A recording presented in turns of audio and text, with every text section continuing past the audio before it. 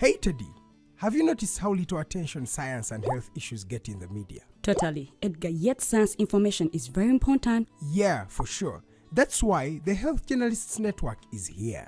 How can they help? They are a group of journalists dedicated to advancing public understanding of healthcare issues through impactful reporting on health and science. Oh, really? Yes, they meet up every month with scientists and researchers, policymakers, and activists at the science media cafes. They then relay what they discuss to the public. Does that benefit us? Oh yes, very much so. This helps with health and science literacy for a healthy Ugandan society. Okay. I love getting informed about science and health issues. Health information makes all the difference between life and death. I'll look them up and engage them. That's great. They are based all over the country. Oh, okay. That's interesting, and they should be making real impact. They are empowering health communities through journalism. Journalists can save lives just like doctors.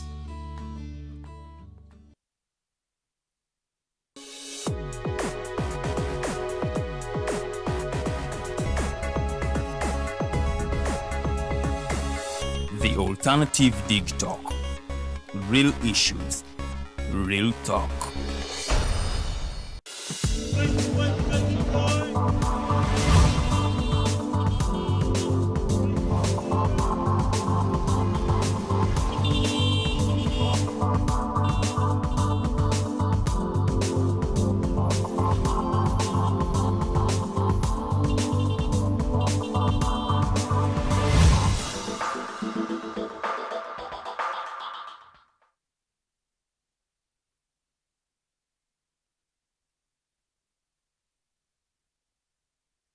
Macha amalungi abatukereddeko nammwe abafunye kakuba mu bitundu bye Kampala even in Mukono.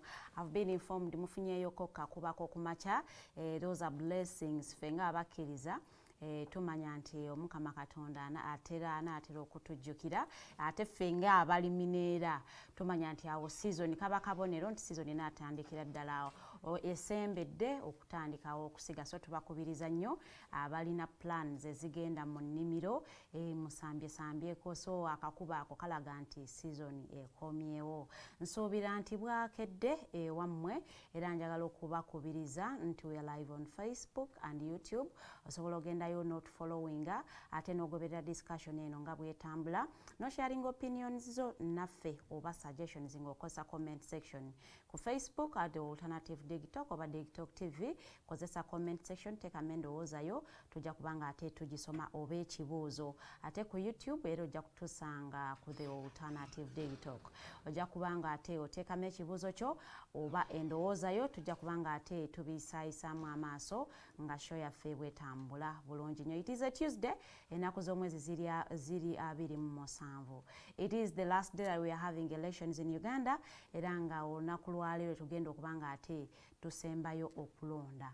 Eyo nno election cycle tugiggale, gwe walonda oba gwe baalangirira oba si gwe baalangirira, njagala okutegeeza nti mu kalulu mubeeramu awangula n'awangulwa. So we baba bakuwangula, it is okay, toteekawo kavuyo nnyo, leka ate ensi etambule egende mu maaso. We wait for the next cycle of election mu 2031 oddemu ogezeeko. Bw'oba wawangula, it is your time okubanga okolera abantu bewasaba okukiikirira ne bakuteekamu obwesige. Ngenda kubanga ate nyaniriza ate omukulu gwe ngenda okubanga anyumyamuko naye katono nnyo omugenyi wange nga tannatuuka, tujja kusobola okubanga tunuulira abavubuka butya bwe beetaba mu kalulu kano as we wait for our guest okubanga atwegattako. Omukulu Kenneth Robert Simbira, you're most welcome. Thank you Mumbejja kunyaniriza eno gwafugayo na enkomeri ewasooka awewawo alhamdulillah tubeere n'omukontro nzaale n'omumbejja mbalamusaako abatulaba olunaku lwaleero mwebale kubanga muliko the Alternative Dig Talk. Kyamaanyi kyemukola okubeerako neyanza okuntaasa. Akalulu, how did you followed the elections as it went on? Kuva gye twatandikira 2025 mu nominations, abantu kunoonya akalulu kawe, twalina engombo ya kanoonye, kalonde, kakuume, bwe bakabba kabanje. kati ate tunatuuka kabanje njagala tuddeyo eri oyagala okwanguyiriza ebintu wabiraba bitya. How would you summarize this whole cycle of the election that we are actually ending today? Twali tusuubira Electoral Commission yatuwa essuubi lingi mu system empya yali ezzeewo, nga tusuubira n'obuuma okukola ne batulaga ngeri gye bugenda okukola. Surprising ate bwe baatuuka ku polling stations ne bugamba ne bwekyanga ne tuddayo ku system enkadde enkalala. Naye kirungi nti abamu ku opposition obuuma obwo baali tebabwesize. So oba it was a blessing in disguise eri abaali tebabukkiriza. The members of the opposition. Mu opposition baali bagamba ebyo byonna bukodyo bwa kusigala mu buyinza kwa gavumenti obwo obuuma tebujja kukola. Mu bifo ebisinga tebwakola ne buno obululu bwe tubaddemu obwakasembayo bwaba Lord Mayor obuuma twalaba nga tebabukozesa. Process y'akalulu yali largely peaceful newankubadde twalina bingi byetusuubira.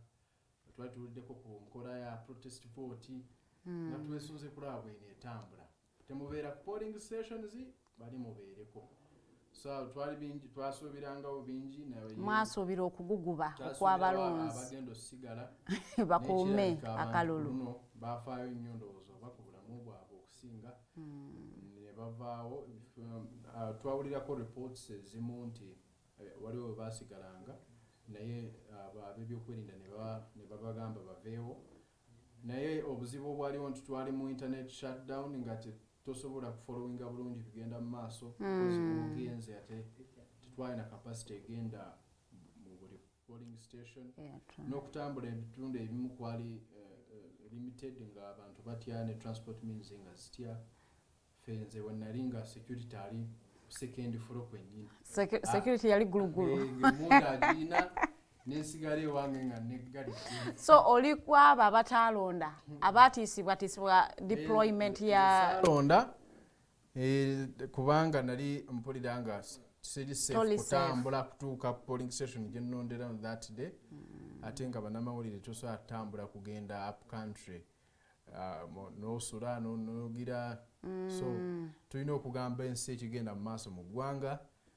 Naye ebyava mu kulonda ffenna Electoral Commission yalangirira essuubi ery'abangi bwerityo bwe lyali. Predictions z'abangi zaali zigamba President Museveni kuno agenda kuwangula. Indeed yawangula. Predictions z'abangi zagambanga nti Mwami Kyagulanyi agenda beera wakubiri mu race.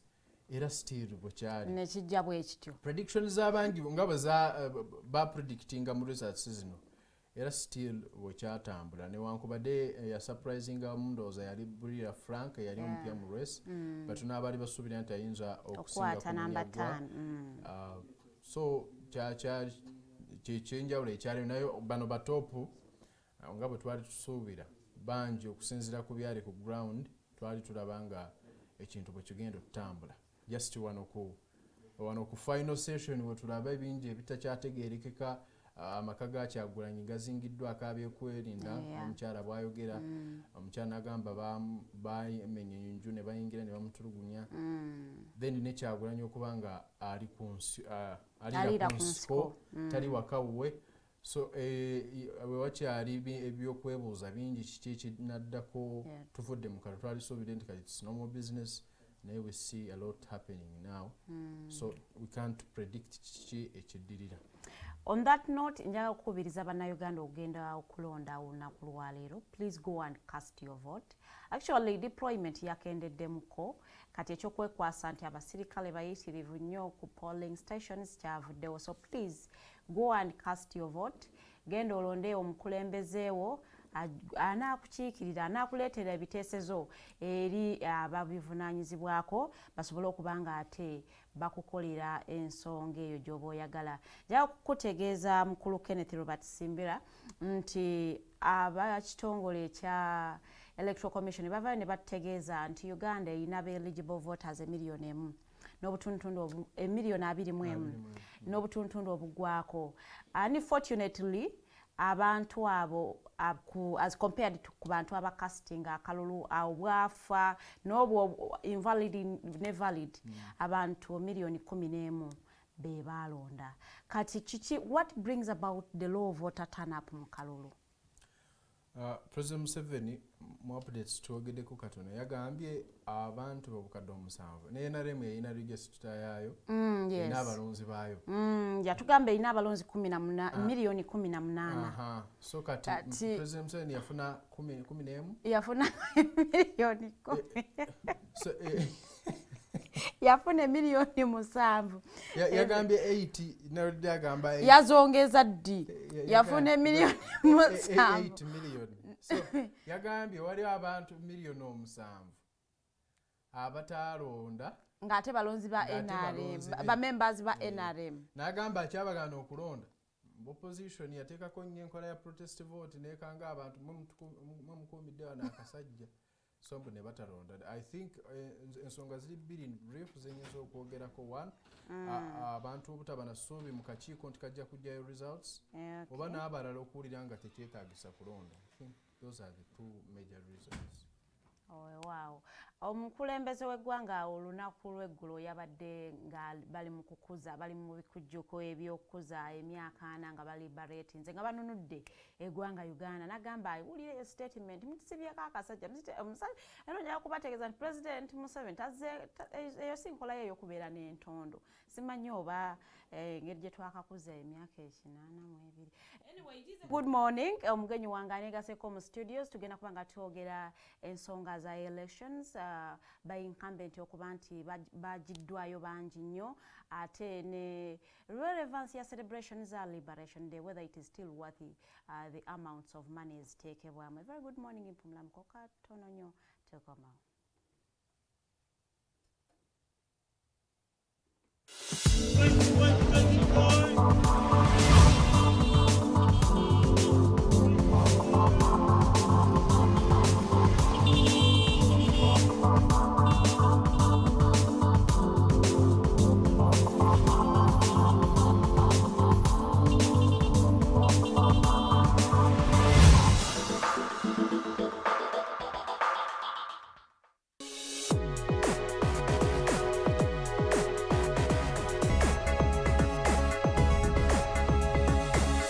The Alternative Dig Talk. Real issues, real talk.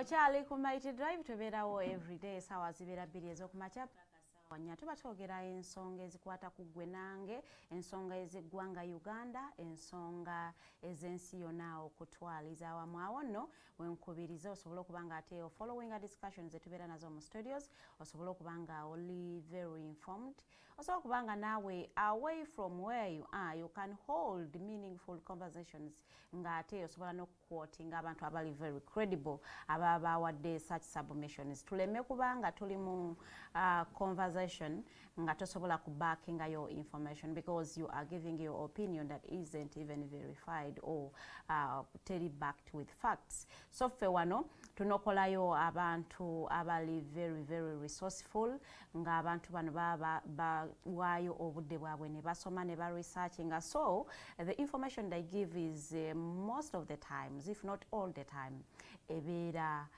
verified. Olunaku lwaleero nina omukulu ow'ekitongole kya Alternative Dig Talk nga yakikulira ye nannyini kakitandika omukulu Norman Tumuhimbise is an author and he is still a political activist, a human rights defender. Yadde nga ennaku zino emyaka giwezeemuko nga tetukyamulaba on the front line but still avaayo nnyo okubanga akola his political submissions analysis ku nsonga eziri very political era nga ebiseera ebisinga waneeno tumuyita political prophet lwakuba ensonga ebiseera ebimu akola prophecies ezitali nnungi. Gundi oyo ajja kufa n'afa. So biba tebinyuma, but I want also to implore you to look for his literature osobola okuba nga omusomako, then you will know omuntu gwenkunyumiza. So I welcome you, sir, in the studio. It's a very good morning. Good morning, abatulaba n'abatuwuliriza. I want to believe wali abatuwuliriza nga tebatulaba. Kisobokera ddala. Obuzibu abatawulira ate nga tebalaba kati abo bo bino bagenda tusonyiwa babigenda bayita mu maaso naye tebaba tebagenda. Abatawulira nga tebalaba tebawulira tetuyinza kugamba muno bagenda bayita mu maaso kubanga baba tebagalina, so babigenda bayita mu face. Babigenda bayita mu face. Otherwise mwebala okubeera nga mutulaba. Buli omu alina kyakoze okubaako kyagatta ku ggwanga bagyebale, then n'abalina kye bakoze okubaako kye bajja ku ggwanga kama balaba ng'emisana n'ekiro. Wow. I don't know whether I should start with the activities that happened yesterday or what tutandike ne activities ezibadde mu election cycle, but katandike ne liberation. How does it feel to be here after the celebrations of the Liberation Day? Do you feel like Chintu okyenyumirizaamu that Uganda is still holding these celebrations, or it is something that you actually feel very angered if you hear we are celebrating Liberation Day? Celebrating emyaka ana, I think for me omuntu oba wamazima agamba nti waliwo oba ebintu sina buntu ebituukiddwako as a country, then ebituukiddwako by individuals, n'ebyonooneddwa oba byonoonese as a country n'ebyonooneddwa as individuals. Kisooka kya byonna regime yonna nga bwe bajja bw'olaba ka video abaali bacacyanca ne Bukadogo ne baani nza okusanga ng'ebitundu nga 6 oba 7 bonna bafu kubaali ku Palamenti nga bajaguza nga welcoming a new government. Nga welcoming a new government. Bw'oba oyagala okugenda in depth mu statements za musajja mukulu byayogera, the key words was to say this is not a mere change of guards. Si just kukyusa bakuumi guards. Eno nkyukakyuka ya mugundu. Mugundu is fundamental change. It is a statement B. Again, na highlighting ala kwa statement kati yafuse common ne tutama ekina kyakola kubanga yajogera kino jo okugireeta mbu. N'ekizibu ekiri mu Africa bakulembeze kulwawo. Kati alina kye yasigaza mu mutima yalabanga obukulembeze bumuwoomedde n'akumala gamba si kulwawo bulwi kwokka kasaba nga tebabalonda. Kati awo naleta disclaimer n'ajongera ku kati tambulirawo. Era bw'ogamba of course mwibadde emyaka 4 omulaba nti naye ayengedde. Mukyala we nga bwe bajja bambi bonna kakiriki nga bwe akaddiya. Nati n'ettooke bwe likula kati oliyengera. Kati okozesa metafa y'ettooke pulezidenti wa kuno aba ayengedde. Ate omuntu bw'ayengerera ettooke bwe lyengerera lifuuka lya kyenvu, bwe liva mu kyenvu ate livunda. And that's the law of nature. That's why some nutritionists bakugamba as human being, when you eat you cook yourself, the body cooks itself. That's why omwana bw'azaalibwa omubiri gwa nagwo gwanjawulo kati ffe wano gugenda nga gufaana nga bwe guli gugenda gwefumba buli lunaku gwefumba. So end result ekubadde nga okujja to get cooked is when you die. So the president ne kirike nga bajja, they are in a process of now getting ready okujja because they are being cooked. So these 40 years have cooked those people.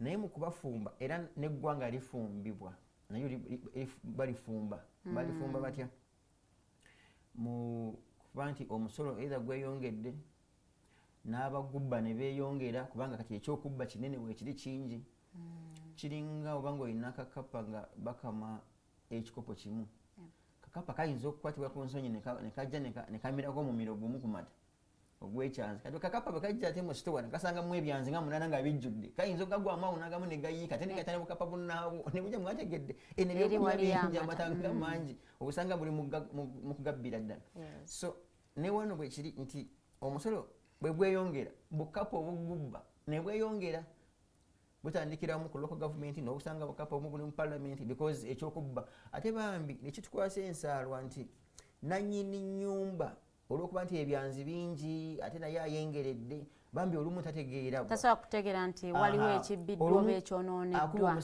baguyita musinde ogwekigere nakapa bukapa buno ogamba akanga nako ogwokwegamba tajja tukwata kati asobola tugoba ne busigala nga bukola ki because takyalina maanyi nga luli tekubaga musinde bategeeranga kati buno bukapa obubbi bwategeeranga kati nyinimu azze mwali naye kati oba mwali oba tali bweyongera kubagamba mukakkane kati buno bukapa ofuusi bubeeramu ne bamama baabo ne batata baabo kati obutandika okubba ne bumuyaga bagamba jajja mukulu ayingidde omusooke musirike temudduka naye musirikemuuko nga busirika kati let's politicize scenario yo tugitekere ddala mu politics ate tuli politics bukapa kati ekizibu ekiriwo kyekino in this essence bwe buliwa tetwatondebwa kuba nti buli omu alina tutegeera lwakuba tugezaako bambi okwekakkanya babitegeere tuse nti bukapa are the corrupt and untouchable eyandibadde nga nnyinimu weeyo store ye mukulu Museveni ne gavumenti ye nti olw'okuba ayengeredde mu myaka nti wamu takyalabawo buno obubbi bwakuno bwe butuula mu gavumenti mu kittavu kyaffe ng'eggwanga bamanyi tenakyagenda bakola kubanga akaddiyidde n'emisinde gye tebakyagiwa kitiibwa unlike 20 oba 15 years ago era gino emyaka 5 nga bwe mwagimwongedde mmwe yakukumbye akalulu ebusogaawo nerwengo yajjeyo akalulu sisi yali tayinza bitamunoonyeza kano so abamuyambyeko okumwongera emyaka gino 5 aye kati agenda kubanga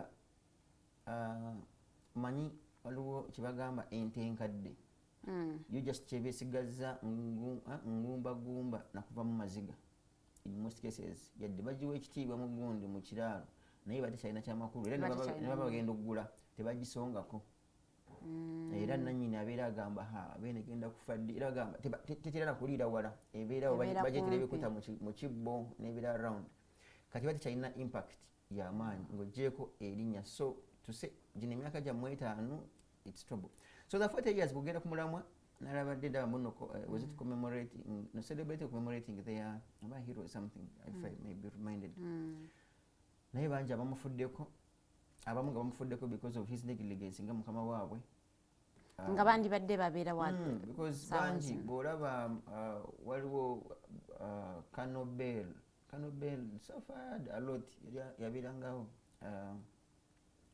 eggaba amawulire ne gamuwandiikako pe kano kashiringi taata wono this prominent lawyer kanso kashiringi died a very miserable death nga bamulaba bamutanyuma nakulaba oba nakureferringako nti nno yaliko mu nsiko baleeta gavumenti Sejjusa ye ndowooza lwakusoberwa ndowooza erinnya lye yanitaddeko ati nejjusa kubanga ye bulijjo abadde nga akyusa amanya yali tinyefuuza mu lunyanko kitegeeza Sejjusa n'alikyusa neyefuula Sejjusa naye ku nnaku gy'aliko ne gye yalabako Museveni gyeyamulabya yandibadde agamba ninyefuuza oba nejjusa Dr. Besigye ye naye akusobera era kandi kyemanyi naye mu mutima alimu ninyefuuza naye nze kubanga alina mu mutima ninyefuuza nga yejjusa okugoyinga against mukama we no okuba nti ono omusajja mukulu but back in the day was young nti yabawuddisa n'abagamba baali bajja kuleeta a fundamental change era n'abagamba you guys fe tetugenda kubeera mere change of guards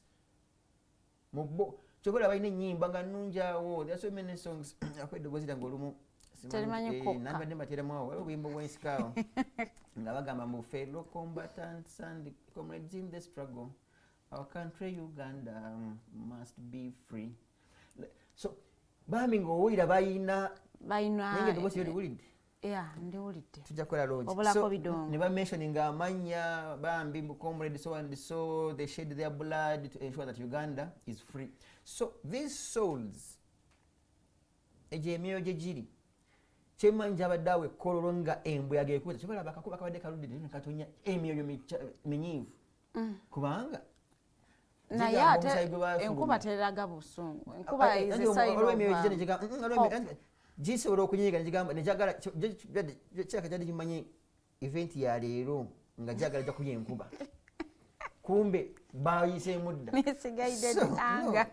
kumbe bayiseemu dda so gino emyoyo bambi mbu they would shed blood and ensure that Uganda is free. They would mention names nga bagamba the late vijana bwe buvubuka obuto bambi era bamentioninga mu luyimba olwo the late vijana who perished in Katonga because bwali bungi nga bwe bawaayo ku front line nga tuwena experience nga bo baagala bo bashielding era buno obwana balaba mu video bukadogo mukulu Museveni ne banne babuteekangayo nga bo baagala be protecting bo busaanewo then maybe in future of course obusinga bwalina bu orphans so bwali yalinga bait nga balaba tebulina kyebufiirwa nga bwalina kyova olaba bwodduka emisinde n'otuuka kati wano wetuli era yalalikira nnyo abavubuka because he knows in most cases any other person can either use them or work with them because they don't have anything to lose.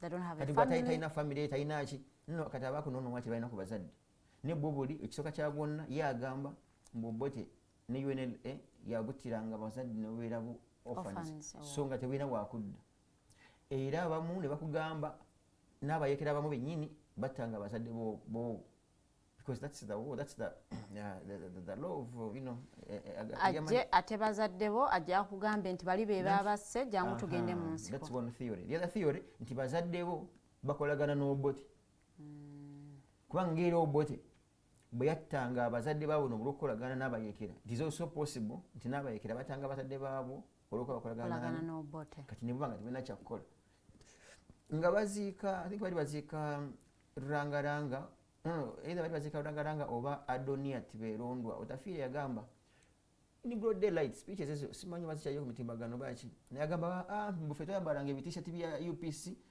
ne tutemula abantu ne tutta abantu biki ngagamba nono nga obukodyo bwa NRA then enkeera ne bagenda amutima babwewe Otafiire te kirungi kya Otafiire kyaka anyway mukiga his blood mukiga amazima kwatudde so abun je bali so in summary bambi the 40 years mulimu bingi it's a cocktail some good things bad things then so good things to that clique kubanga bambi musajja mukulu omulaba ina motoka ndoza ziringa 8 inako nyingi inako ndoza ne sitting room zino kategori taiza buta celebrating emyaka ejana then of course nabonye nabo mwebali then naffe nabo kati gwe simanyi nabo ogwa naye botunulira ku celebrations ezabadde ekolo the chest thumping okwewaga okulaga eryanyi as you contrast it to the elections as they have happened oyinza ku concluding otya katono nnyo nga wetulaba kagondi ka video akali ku gondi nti amagye ndoza nabagambako ko wano back in the day nti bwe bajja because Gidadile muzeeyi waffe happens to be one of them back in the day okuva lwe bawamba 86 paka nga mu 9 or there about bali bakolera bwereere nga tebali ku musaala era my father bayinanga ameshop bagitaga ameshop ngeri mu industrial area nga bano nayo ne Museveni abalwanyi bamanyi kyayinga amanyi kyebaagala yabawanga bomba ayitanga bomba za sigara yabawanga sigara n'abawanga amanda ensawo y'amanda later alone okay n'ebijanjalo n'akawunga ne bakatanga kagalani akabutto ng'eriko USAID nino ffe wano tuluddewo kubanga myaka ana by the way nange ngaweza so yansanga n'emyezi nga gijo you get so watandika ne government yansangawo just yansangawo nga tulina kyakukola naye kitwandizaalira mu government yaabwe so bami nga bakolera bwereere era batandika okuba bakutusaala later alone but that shows nti balina conviction gumanyi okubuddisa abasajja bakulu nga balina family because muzeeyi wange yali alina family nga mu family alinamu ne Norman nga Norman nange nalwadde ndi ku bibulu band. But then one wonders nga batya care of their families. Kyekiri nti at first the president had convinced them bambi they had that patriotic heart and reasoning. Era nga bakuba zi parade ekipindi kyakubagamba eggwanga terina tereera katukitereze public service mu amaje mukwatiremu tubola even in my books I've written nti by 2001 my father was earning emitwalo 11 mu kasanvu muzizo as a sergeant. Just recently one biri gumu when I was in senior 2. Emitwalo 11 mu kasanvu muzizo era nga tugenda embuya my father bataliwo nensayininga nenzijayo. So naye mu 2000 awo already nga in courts bano bamafuta mingi ababbi bakuno katugeze nga Palamenti ne bana n'abalala ba public service nga bafuna sente nyingi as compared to UPDF. So UPDF batandika ddi ofuna omusaala? UPDF batandika ofuna omusaala around 1990 era nga ziringa mu mitwalo 3 mitwalo depending on your rank. Naye his focus at the time was to build public service. Era nga amanyi mu Palamenti yanti yekola amateeka n'abala bayinza okumujja mu buyinza bo balina kasala kali wakiri naye yo nga UPDF era kyovola bulumu bwe bazigwamu ne babeera excited batandika okukuba amataka bakazuka gamba bulijjo ba MP bafuna guno omudidi nabo bwewuunya because they are kept in barracks earning literally nothing. Era baali omutima omubi banji, I will not mention names for now because their families could be there with their children, but and kangokola okunyaga, they would use the guns ne bakola robbery. Era mwebali ne abamu of course ne babata bishigo bityo abamu ne balabanga twasobola gumikiza ne bamwe kutulako ne baddayo mu nsukati.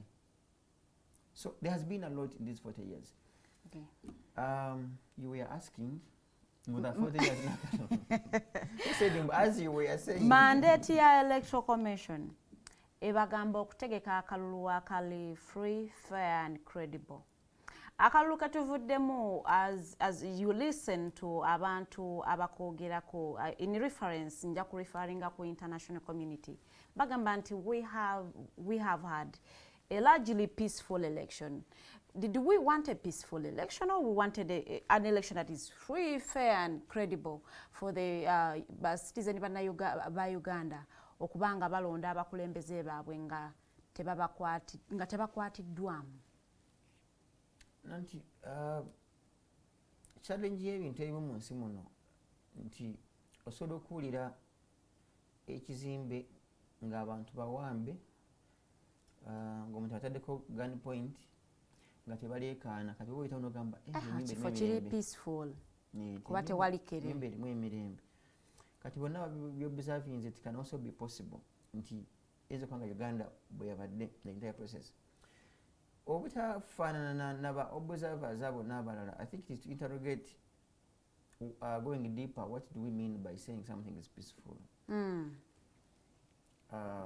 Because most times even when something is torn into pieces it becomes peaceful because it cannot unite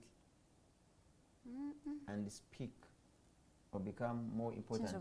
So nikibango obwawudde kamuje kali akakunkumu kamuje kalaze neke kasirikirayo because there is no room to unite and push any cause.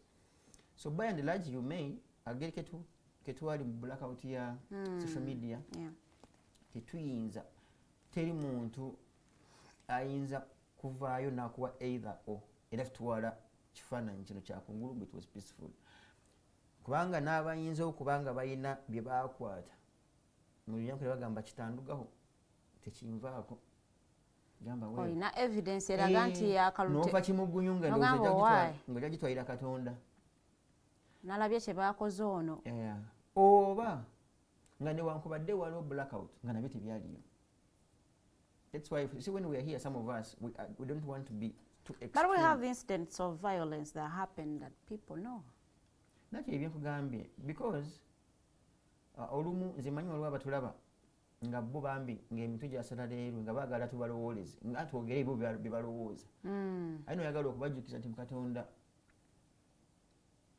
yali alina obuyinza okututonda n'ateeka omutwe nga guli ku ggombolola nga ffenna tugendayo netubuuza omutwe guno gwalowoozezza ki naye kati buli omu yamuwa gugwe kati abantu be batubambi bagamba lwaki wandiise bino n'omugamba buli omu atambula n'omutwe gwe katonda y'omu ku bwongo bw'alina obwamututondesa era asobola okukwata omutwe gumu buli gombolola nagiwa omutwe gumu netukira n'ebiwudduwuddu netugenda kugombolola kati era tugenda kwogera kino bitugamba tulowooza eki ffenna collectively but we are independent so ebbawano mbankozesa gwange nawe njagala okozesa ogugwe nooli akozesa ogugwe kati kankozesa ogwange because we have each one of us has their heads we don't have a collective head so nze ngenda kulowooza nga bwe ndowooza nti kiyinza okuba nti fine waliwo ebyaliwo nga bambi abantu amu abaabikwata batya okubifuluma kiyinza also okuba nabyo tebyaliyo kiyinza okuba nga bwogerageranya ku byabaawo nga for sure if you believe in ensi bwelina otambula nga byalina kubaawo ate ne mugenda mu maaso because there are some countries nga nakalulu tekabaayo there are some countries nga bwekabaayo nga bagenda kutta abantu oli kumpi ne mu 10,000 whatever it is okay let's use even an example of this lady surprisingly omukazi wakata mu buyinza alina engeri gyabwewulira suluhu tagambwa akondooza ena talina wayinza kunonawa nti abafaawo nabo bangi so bw'oyagala okukozesa some of those countries as yardstick you would say wakiri ng'omu by'omweru nti ewaffe tebafudde nnyo naye ate wandyagadde nako kana kati bafudde nnyo oyinza okukoogera olwokuba tisigwa afiiriddwa olwokuba temuli waafudde naye bwe mubeerawo wo kati ye ekivumbi ne bannaawo be bama tekitegeeza mu ntoyinza kugamba abantu bafudde nnyo so but at the end of it all the country must move forward that's for me that's the bottom line boda ku electoral commission basajja batemakazi batu sometimes you lose what to tell them and talk about them maybe they had a goodwill to do what their mandate calls for and maybe the goodwill was mwagala nnyo okwekwasa sitaani ndoza naye waali abeera naye abeewuunya buli kimu bibiri sitaani yatuyingirira ne byabatabaddemu kyayika awulira buwuliza erinnya lye dimension ayinza kubanga yabayingirira sitaani n'agwa the goodwill n'agwa mu kamashini agenda okatuukamu nga tekakola ne bagula bumashini obutakola simanyina oba muwaliwo emyoyo giri gye twadde twogerako eminyiivu ejagana obumashini okola ejagira mu mashini bugana okukola but gladly day waliwo hard copies are register abantu ne balonda now one asks bumashini ne register kyekyali kisobozesa akalulu okubanga kali free and fair register it's either way for some reason nze always I tell people nti mwagala Africans twagala nnyo okubuukira ebintu ebimu nga tunabeera ready kati mukwagala okufuukira waba waabuukidde ate n'ogwa mu kinnya bintu bingi nnyo byetubuguuta nnyo okukola mutwagala obikolera ku online ne bigaana n'okola for example courts zalaunchinga okufilinga petitions n'emisango biki online naye bwe babuuza ne chief justice yavuddeko yekenyini ayinza kuba nga ku computer okugikozesa manyiko ebitundu nga 3 ku 10 nga ng'ojja kukopeninga emails nasoma ekiwandiiko naye going deeper nga tabimanyi kwanga ogwo omugigi gwabwe tegubitegeera si byagwo so naffe wano tugibadde nga tugenda okubuguta nako president ng'agamba mubaga I think bawa samuledi ono w'obumese musenero n'obumese bwe balaga wawo n'obumese bwe bwaddawa bamuwako kusamumane nga bagamba muno mbu nga waliwo abagezigeza mubakose simanyanga kyali kizungirizi ojjukira kanti omuntu awo ne bakayiyaiya ne bamubba kati ne tubabuuza ebizibu bya Uganda byeyina at a time for sure ekizungirizi kirekere China na America nawe byagala mukole MOU babeeko babawa for now gusoka kukosa tuweze kutaka wakyakula emi potholes oli wepampalika ku kizungirizi do first things first not in bad faith tetwali ready era wandikitandise mpola maybe bu machines zowone wetandika ne electoral colleges kubanga zontono nolaba as an experiment so ogendo kilonchinga ne excitement mwensi yona kigenda okukozesa nga for sure you are sure mukigenda kukola but of course you know these colleagues abatambula munagenda Europe banalaba amawulire nga Trump ayina kyalo kigamba kibono kijja kukola because now one wonders bagenda butugabira kugombola bana babuzanyisa otekekamu ebigalo babinuune kati bugenda kola ki buddayo mu ate butya situzagenda nanti so then kati awo omuntu we yeebuuliza naawe goli ki nyinza okuba nga siri kubeebuuza nga tuli muntu nga ndi muntu nga siri kubeebuuza so tosagala otike mu gurupu weesiri tugala kwebuuza kati buuza nati buuza nze kati gamba omuntu wakubuuliza bwe tukubuuliza ensangi zino EC ebadde nga very intentional ku kweyogerako erinnya lyo as the Independent Electoral Commission, but when those machines failed everyone waited for, they anticipated kiki ekiddako and fortunately we saw Justice Byabakama nga avayo ku addressing eggwanga ng'agamba nti kakati machines banaye ziganye tukozese eki voter registers. But what is surprising is seeing the president who was a candidate saying I had to order bakozese register. Kati awukiraga, does EC still has the grounds to say they are independent? Nga candidate yali part of the people abali contesting could still make orders and EC eveyo kugoberera such orders. In the law, it's what we call the law and fact, of course, and the reality. What I want you to know now, Tulaba, Kurupapura, Electoral Commission is independent. That's what the law provides for. Era totambulange eyo ng'omende kacaayi n'ogamba tebali bali because on paper kyekiri ku lupapula. Ebikolwa by'okuba nti babeera bye bibaawula ku kigambo kiri okuba nti bali independent bati bali. That's the law and that's the fact. Kyekiri ku ground. Era saagala ne bannayuganda babuzaabuzibwe nti mukulu Museveni oyinza okumujja mu by'okuba nti asobola kuba nga bawa orders kubanga etteeka lyammwe mwina Presidential Elections Act ne the entire constitution tewangayo mwaganya nti mukulu omuntu alibeeranga president alibeera purely a presidential candidate nga si president. Eyammwe he's both, he's fused. Asigala akyali president. Asigala n'ebikonvoyi byakyabiina SFC akyagiina nga ye president nga te candidate. Tukinenyeza Byabakama. Byabakama yalisangawo etteeka ng'akyali prosecutor. So yagoberera tteeka. Era okumanya ensi ekusobera Byabakama teyakubira candidate, Byabakama yakubira president. Byabakama calling a gentleman by the name of Museveni yali akubira president of the Republic of Uganda for guidance. He was not calling Museveni the candidate. Ngera bwe mwina mmwe simanyi lwa Kyagulanyi. Nga mwina Bobi Wine ne Kyagulanyi, mbo olumbo Bobi Wine abuza Kyagulanyi, bu Kyagulanyi tukole tutya. Bobi Wine agamba maani, Kyagulanyi agamba musajja ajja kuvaawo. So the Museveni is 2 in 1. Bobi Wine ne Kyagulanyi also 2 in 1. So Byabakama was not calling Museveni a presidential candidate. Byabakama was calling Museveni the president of the Republic of Uganda for guidance. Because that's what the law provides. Well, away from the Byabakama saga. Bwakubira Museveni the candidate. Museveni the candidate n'agamba mutugende musulonde. Kati Museveni the president n'agamba Byabakama mukoyese ki? Voter register. Akalulu kwe kaggwa something. Museveni the candidate n'agamba he would investigate lwaki ebintu ebyakozibwa era emu kubyali akyali president. President yagamba ku investigate. President yagamba agenda ku investigate gaha. Kati ate Museveni the candidate nagamba akalulu kano kanibadde kanyuma nnyo singa mu mashini bwakola. Now what he was ideal. Singa constitution yali wa Museveni, okay, omuntu ali mu kulembeza okuba nti asigala ali president. Commission yali egenda kufuna olukiiko olw'amangu, just an emergency meeting. Nga esinkana ba candidates bonna to have a stand, an anonymous decision ey'aba candidates 8.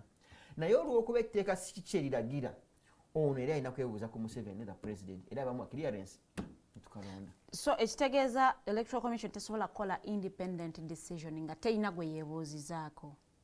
By and large, yes. In regards to their mandate, because bali bakola mulimu gwabwe as they are mandated. That's your bolaba. Kugambye. You see, nekino ekigambo kya independence, it is overrated. It is highly impossible for any specific institution to be as independent nga bachoge. There will be one moment where you must consult for guidance, where you will seek support. Nti era omusajja ajja kuva wano commission ogiraba teyina ssente okimanyi muno egenda wanita amongo nefukamira nesaba ssente mu parliament abeebaza gavumenti okubanga yabawa essente nebasobozesa okukola emirimu so it means nobawaji as approving ira olumu naawe mu bwa independence bwo wayinza okuba nga obadde olina byagala okukola anita ne parliament nebakugamba kino mukijjeemu kino temukiteekamu kino mukiteekamu so is it your independence compromised? It does.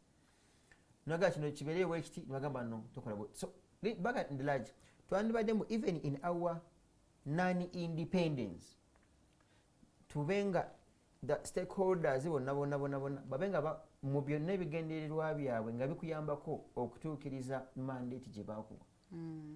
For me that's what would be ideal, but saying an institution can fully be independent bambi bulimba that's what is ideal but it cannot be as but if you can't be fully at least be 90 independent but anyways nga tuvudde ku saga eyaliwo mu ku lunaku olw'okulonda njagala tutunuulire ku voter turn up abantu abajja okukasitinga their votes era tanapu y'abavota oba y'abalonzi yali wansi gwe mukutunuulira ensonga nga bwe zaali ne situation nga bwe yali what could have led to the low voter turn up?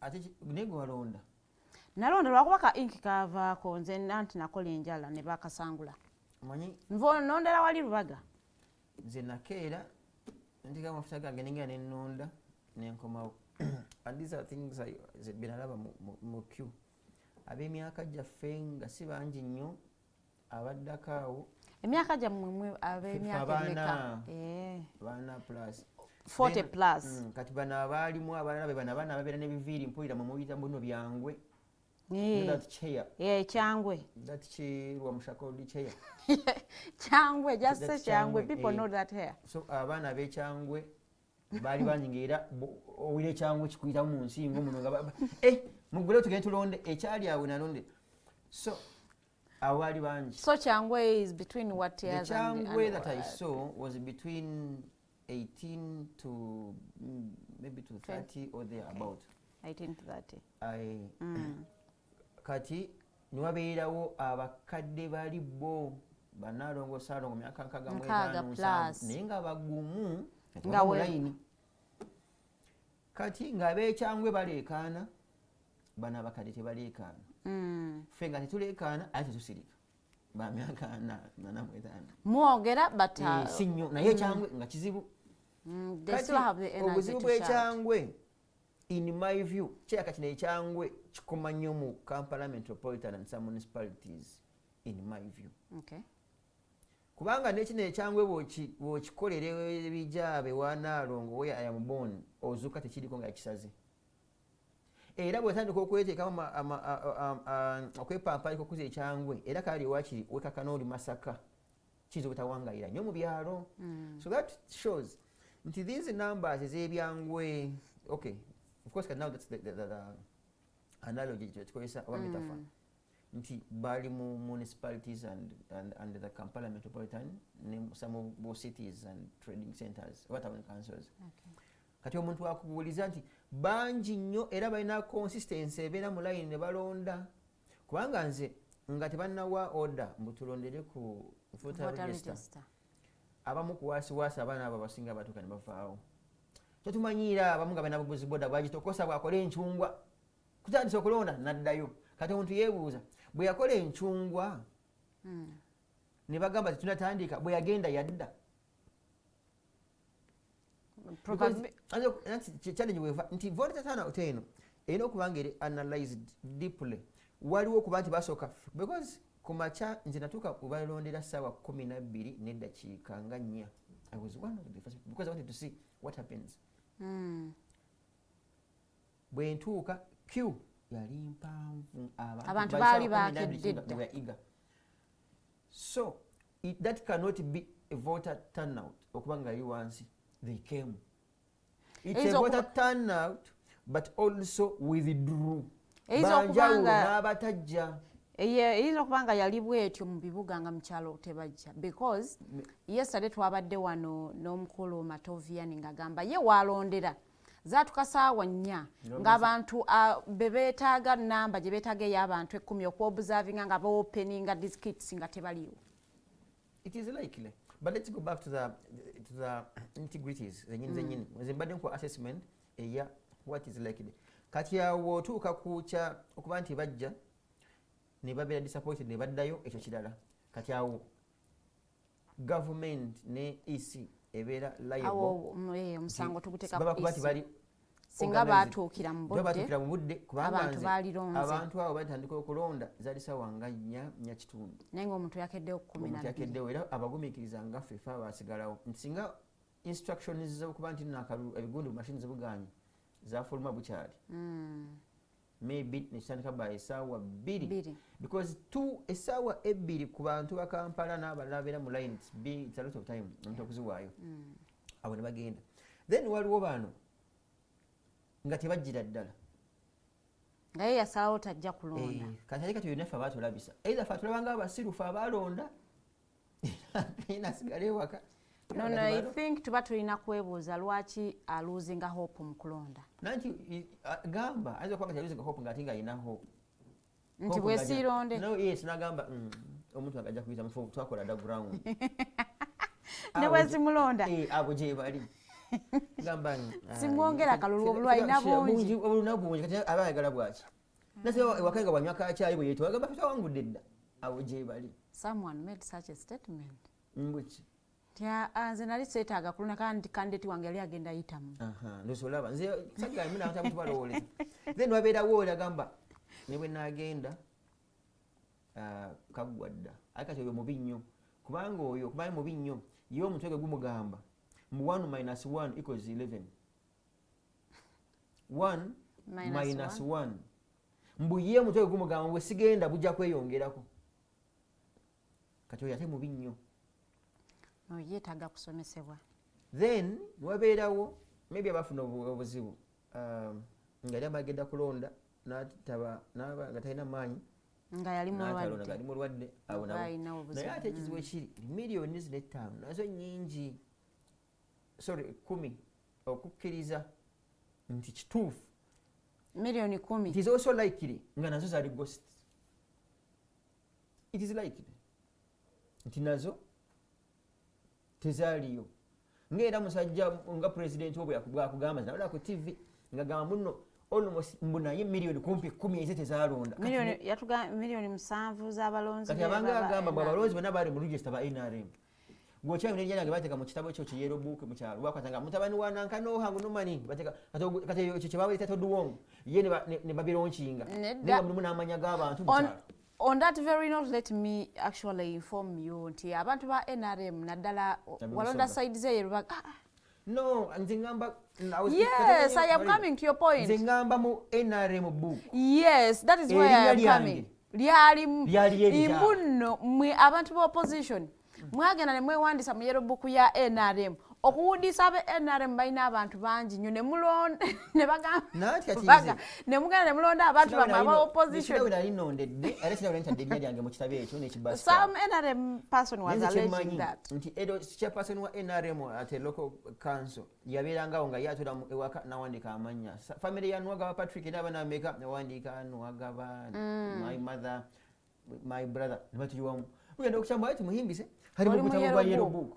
Nebakukwata bukungujja baguleeta ekyaddondo bagamba NRM ina members million bweziti kati bambi musajja mukulu bw'atuula ekirwa kitula n'agamba abantu banjagala ne Norman mubanjagala mwali kubanga how can my name appear in NRM yellow book for sure kati bambi ye ke kalulu kabanja kati mu kalulu kagaba amunno abatamulona kyaka nanga nteekamu kubanga yibamugamba nawe mu yellow book mwetuli kati yawe bali ba ghost benkugambye but there are so many ghosts. So yagala kugamba nti emiliyoni 21 y'abalonzi nga bwe batugamba nti abamu tebaaliyo. They were ghost voters. It is possible. Do you know why? Because n'abantu abamu ne wano muku gwolaba omu candidate omagenda kunganya emikono gye amazima nga gendera ku ECB yawa abantu ne IDs n'ebirala n'atuuka ku Islam gamba tebaliyo. I mean, begin from there. I sympathize that. Bamutimye emikono 10 2/3 of Uganda districts agikunganyiza jese ise kugambye mbu abi 20% je mitufu 8 si mitufu nenga IDs ezo nini numbers ezo katawira balagawo. So they were ghosts in my view. Okay, in your view we have, but my views have always been right. Ghost voters. If it was science, so emiliyoni 45 oyagala kugamba mutulina emiliyoni nga 13 yowulidde gwanga kimu nsi yowulidde nti ku miliyoni 4 plus almost half of it can be voters for sure if we apply the logic. Omanyi sikwogera bubi ono bwe twasomeranga mujjukira nti bakubanga ekide kya break ngaye bwe kivugira ggulu bwana obumu bw'omululu nga tebugumiikiriza bwe busooka okukuba akati ne budduka ebweru mugenda ku break n'abatalina no sente bwe kubasomanga ofulu mugenda ku kantiini. Kati kirabika ne Katonda sitaani yinza okuba nga yakuba ekide ng'egaba abantu obutalaba bintu bino waliwo abantu abadduka emisinde ne batusooka mu layini ffe ne tusigalamu bo ne beesooka obutabitegeere. There is no way how we can have 40+ million Ugandans, half of the population are voters. Because by and large, then what would be below 18 years, Munsi. What would be the motive of giving us a number that is non-existent? That question might be misplaced in Gachaba baziterekamu. Naye for some reason, oyinza okwagala okuteekawo embeera nti bw'ogamba muno ba voters ziri million weziti omu najjako obweyiso gamba era weewaawo abantu baganye kujja baba kujja kyakuli yandiwangudde. It is like it. N'ozanya nabunambwaza obululu nenga mu mutima okimanyi nti it is not possible to have half of the population y'eggwanga nga bonna balonzi. Nga tuvudde ku law voter turn-up katwogere ku performance ya oludda lwo opposition. Gwoliwaawa okay gwolulwa government nze ndi munnamawulire. So opposition and its performance generally, how would you describe it? Opposition here one continues to be it's a fair word, continues to be bogus in reasoning and intentional in not reasoning. Kati sibalina kati nja kubatwalira beya nako bambi obasaasira kankuwe basic examples. Akalulu ka Kampala Central wa MP wa Kampala Central nupe akawayonga ekiraba kyateeka mu Lubongoya. Okuteeka mu Lubongoya, it was a miscalculation. He wasn't a deserving candidate. No. Machas was brilliant and what mentioned but a few. They should have known Takaruka wano kalimu so much of blackmail, malice and tribal. So toyita munyankole n'omukuba mu Baganda makkati. N'osuubira win. Ate nga avuganya na mukadde agwa mu myala kubanga na mukadde oyo yaliko kansala. Minsa yaliko kansala nga akipambanye okuva dda. So ate nga Nuupu yalina bakandidate abalala Abaganda abaakuno abandi bali basobola okumakingaani Minsa Kabanda. Awo nikabayita mu ngalo nengogyeko Lubongoya, who would be a better fit for that position? Sirimu Nuupu naye yamushuwa balina mu bakandidate singa oba obalowolereza nanti most of their good brains sibamanyi abamu sibamanyi naye I want to believe balinamu balinamu bakandidate abaali bafitting nogamba Lubongoya either agende ewaabwe oba asigale kwa secretary general. Era NRM for some reason ebasingira Todd Wong teyesimbawo kati secretary general waabwe teyesimbawo mu zin elective politics. Because secretary general comes from a word of a person who manages a secretariat. So when you have your secretary general ngali mu kalulu ng'abuuka wano abuuka emyala ali mu campaigns, the secretariat literally abanga atambudde naye because he's the center of the secretariat. Kati Lubongoya was a mobile secretariat. By the way, Lubongoya alleges bamubba. Yakugamba. Okay. It's what he says. Nikimanyi nange nagamba mu 20 nti banziba. Ninga amu. Was it a genuine statement? Banimba nga tebuliimu. So wakiriza. Ninga wenadaga ati kawedde. So why are we campaigning? So but sometimes bambi nze for me nasala okola politics agwe tuyita liberal okkiriza and maybe for some reason nga my friend muntu agamba ye talina kimutwala mu kooti like olumu kyetaaga okugeera amazima kasiba nti rent court ajeebale indeed you used to run he should have matched there but if he was running there of course okukwata timeline because wabeerako timeline you had to run ne tuluzinga kati kambeegateeko temporarily ng'abantu abaluubirirwa okubaako eggwanga lino kulikyusa ogenda mu maaso Kampala Central netuyita mu ngalo ensobi yeemu negenda Nakawa I think it's Nakawa East where Ruhindi a very old man who has served in this regime I don't know for how long because I think yasikira bidandisa back in the day when we were kids. It was also a wrong calculation of take mufumbiro ne bamujja gye bamujja ye wamwe ndooza gw'omu kwali abasanyufu nga mumanyi maga tusemberera wano si musoga si mwana we wayimwe nga wayimwe bamuleese bamutukubyeko tumwekanze ekyewuunyisa nti calculation zino every electoral cycle eba dynamics zaayo because kabaziguluka mu kiga weerukunjirye naye yaliko MP waawo tribal card didn't play but this time round tribal card played ninga baganda bennyini abamu nuupu nga bamwe bakuba ekikokola nga bagamba temutuleetera naye ensimbi ewaabwe eyo nayo negenda so waliwo ensobi opposition zeyakola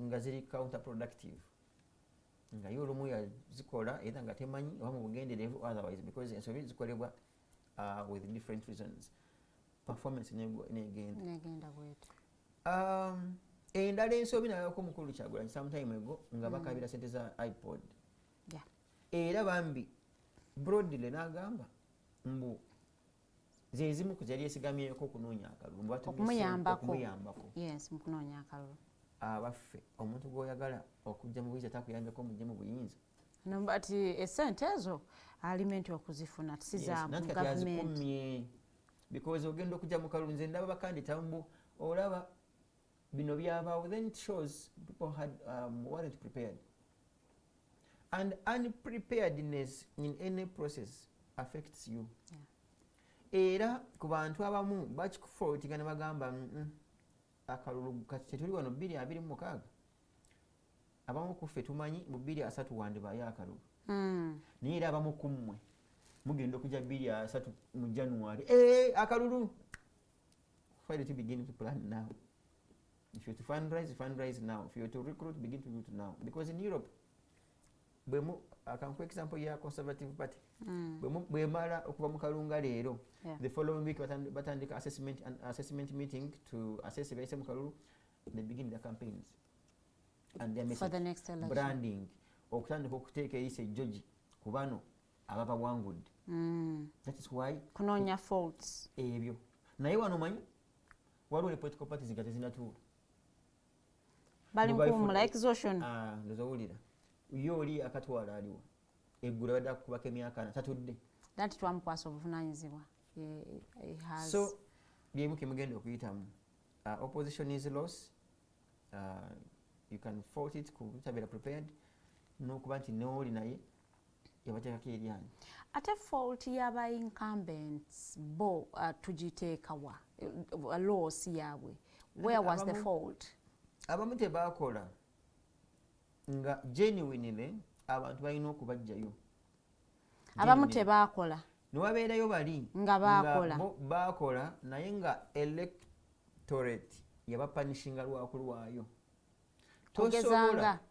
tosobola omuntu ne bwanywa walagi n'agangayira tasobola kugamba mbu abantu bajjayo semujju lwa non performance abantu bajjayo semujju to them lwakulwayo tosobola as of now with what the Lord Mayor is expected of doing kugamba mbu bamugjeeyo Elias Lukwago lwa non performance bajjayo Lukwago lwakulwawo tosobola kugamba mbu abalonzi bawana aba Medad Segona kali amaggwa bamugjayo lwa non performance bamugjayo lwakulwawo for some reason also n'abalonzi baffe waliwo bateeka akasunguyira mu bintu eby'ensonga era sikwogera bubi kaninde mukwano gwa waliwo omukyala mukwano gwange bamuyita Nabukeera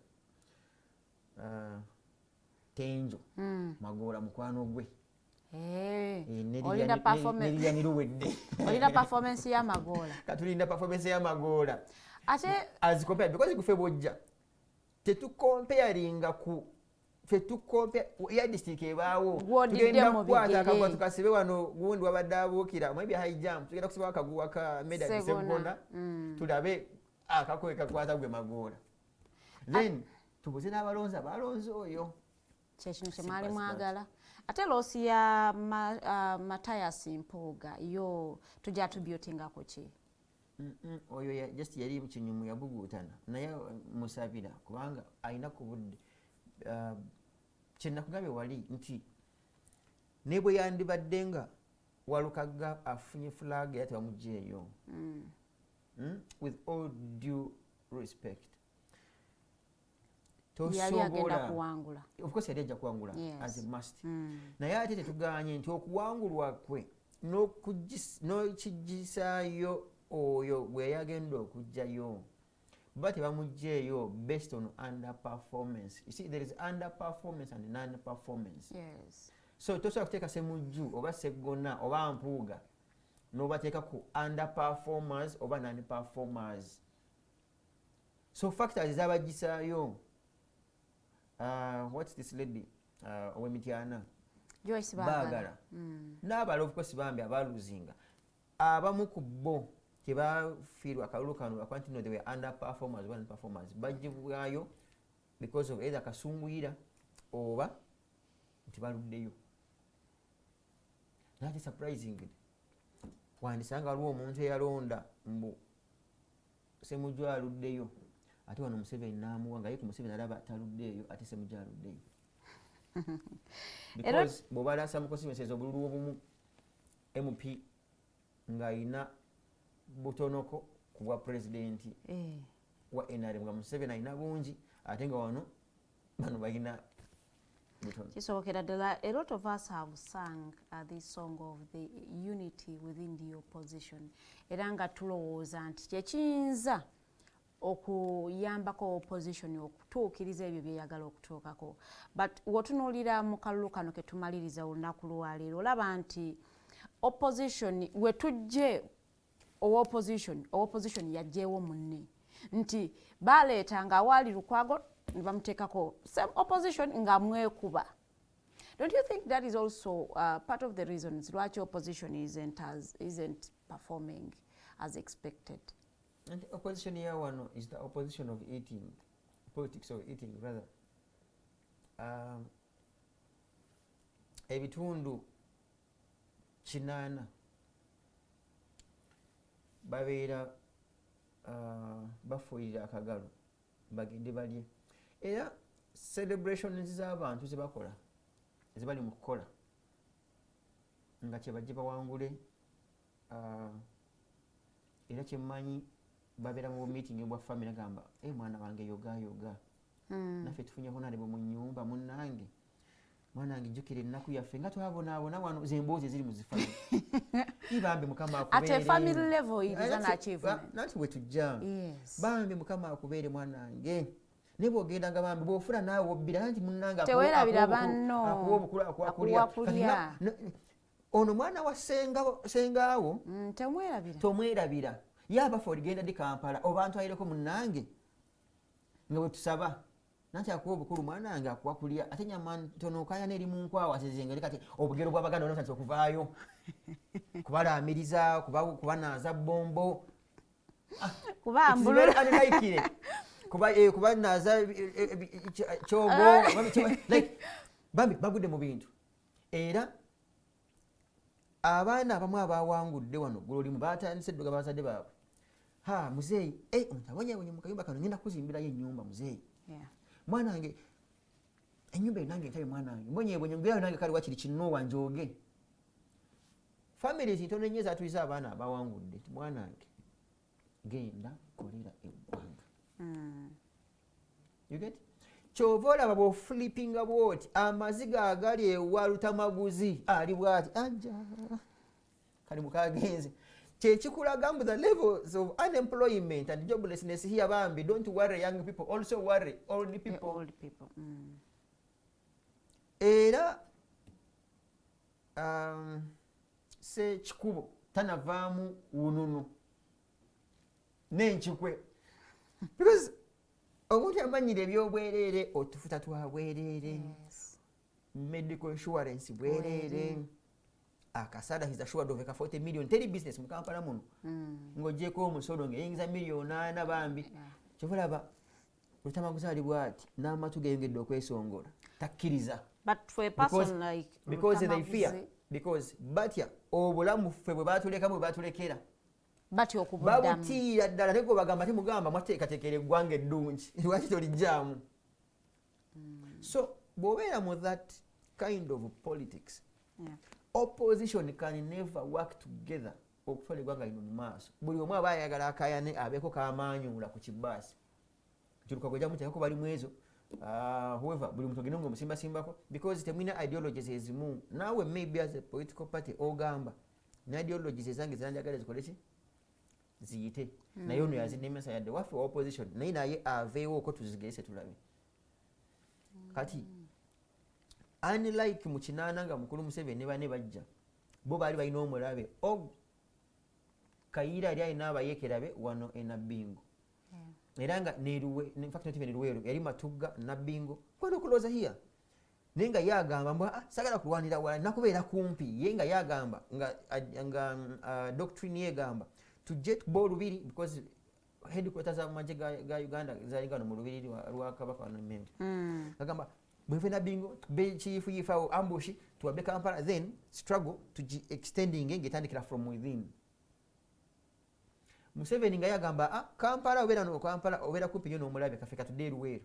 Naye naye atya nnyo eggulu kubanga yakibalamu okuva eggulu kilomita 2 n'adduka gye Kampala n'abeerawo. Kazini ne banne ate baabalala baali mu Kasese fa. Moses Ali ye nga ali mu West Nile kilomita 16. Ogenda otuuke Kampala nga office bagitutte. Kati naye olw'okuba omulabe waabwe yali omu nga tebeekuba. Ng'era Museveni amanyi nti Nabbingo Matugga tasobola kulwanirawo. Era bwe bajja nga alekeddewo Kayiira. Era wano nga banatera okuwamba ne beegatta Kitole balwanyise Kitokero. Wano mwe kyemukola buli omu kati gwe lukagusoko munzitire mugyeewo. That's now the problem. Opposition at the time yaruli ne struggle yaruli yanjawulo. Struggle ya kaakano ya nfunira wa ndiira wa. Okuzaayoko katono ebutambala ew'omukulu Muwanga Kivumbi right now who is incarcerated ku misango eminene ddala. Bwe twagala tutunuulire incidences nga bwe zizze occurring okutuuka right now nti omukulu Muwanga Kivumbi yaluzinga akalulu first. Ekyokubiri abantu bafiira ewuwe and then now ali ku musango ogwa treason. Muwanga ye nga mbadde nga nzija nsaasira abantu naffe nga bwetwesaasira ye tabu yamugwiridde. Era alina okusaba ennyo n'okunegotiatinga ennyo okusobola okufuna akalembereza okuvaayo ok'amangu. Ekizibu ky'abantu bano olumu bw'obanga obawakanya olina okuba nga you are a step ahead. Either mu byoyogera ne mu bikolwa kyova olaba abantu abamu kubakyasinza okubeera lethal. Semujju mwali.